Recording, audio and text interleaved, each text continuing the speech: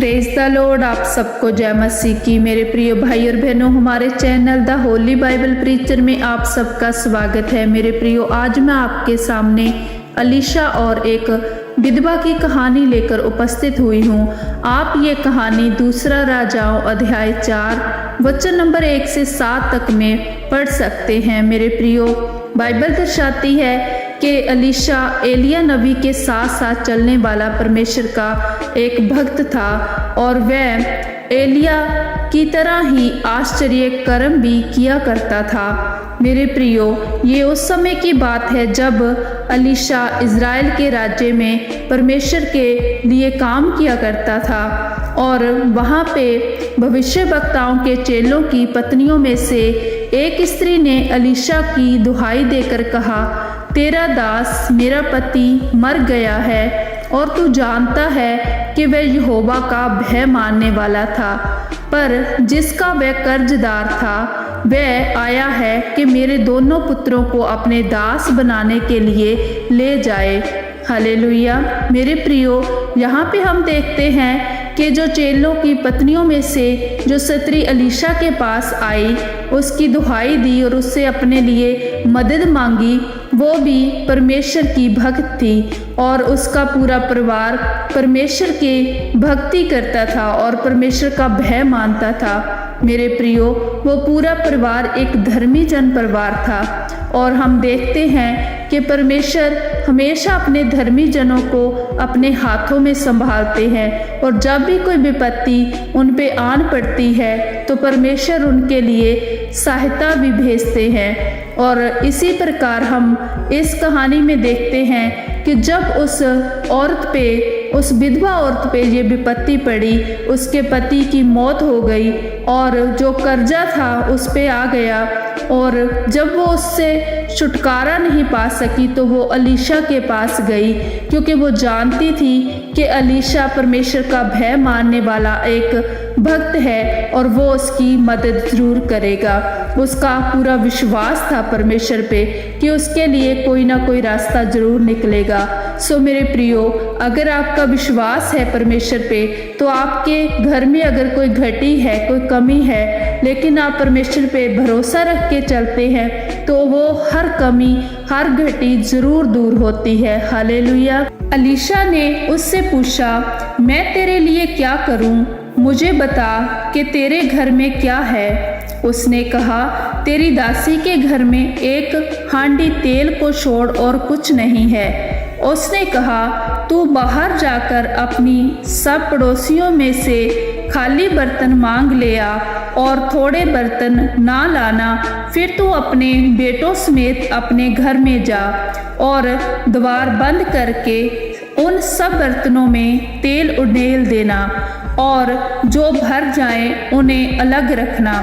तब वह उसके पास से चली गई और अपने बेटों समेत अपने घर जाकर द्वार बंद किया। तब वह तो उसके पास बर्तन लाते गए और वह उंडेलती गई। जब बर्तन भर गए तब उसने अपने बेटे से कहा, मेरे पास एक और भी ले आ। उससे कहा, और बर्तन तो नहीं रहा। तब तेल रुक गया। हालेलुया। मेरे प्रियो, परमेश्वर के दास अलीशा ने जब उस विधवा औरत से कहा कि तू अपने घर में जा और तेरे पास क्या है वो मुझे बता, उसने कहा, मेरे पास तो एक तेल की हांडी है और मेरे घर में कुछ नहीं है। तो उसने कहा, अपने घर में जाकर अपने बेटों के साथ अपने द्वार बंद कर लेना और अपने पड़ोसियों से सारे बर्तन मंगवा लेना और उसमें वो तेल उंडेलती जाना। जब तक वो पूरे भर ना जाए तब तक तुम रुकना नहीं है और बस तेल उसमें भरते रहना है। यही उसने किया। उसने उसकी आज्ञा जो अलीशा ने उसे दी थी उसे पूरा किया, उसकी आज्ञाकारिता की। तो उसने ये नहीं कहा कि मेरे पास तो एक तेल की हांडी है। उसने कोई प्रश्न नहीं रखा उसके आगे, कोई क्वेश्चन नहीं किया, बल्कि विश्वास करके जैसे अलीशा ने उससे कहा उसने वैसे ही किया। हालेलुया। सो प्रियो, इससे हम देखते हैं कि जब हम विश्वास के साथ हम आज्ञाकारिता में बढ़ते हैं तो हमारे जीवन में वो हर वचन परमेश्वर का जो बाइबल में दर्ज है वो हमारे जीवन में पूरा होता है। हालेलुया। मेरे प्रियो, जब उसके बेटे बर्तन ले आए पड़ोसियों से मांगकर, वो सारे बर्तन तेल से भर गए, लेकिन उसके पास फिर भी तेल बच गया। उसने अपने बेटे से कहा, मेरे पास तो अभी और तेल है और तुम और बर्तन ले आओ। लेकिन उसके बेटे ने कहा कि नहीं, अब तो बर्तन खत्म हो गए हैं, अब तो हमारे पास कोई बर्तन बचा नहीं खाली। तो वह तेल जो था वो रुक गया। और तब क्या हुआ कि जब उसने जाकर परमेश्वर के भक्त को ये बता दिया और उसने कहा, जा तेल बेचकर ऋण भर दे और जो रह जाए उससे तू अपने पुत्रों सहित अपना निर्वाह करना। हालेलुया।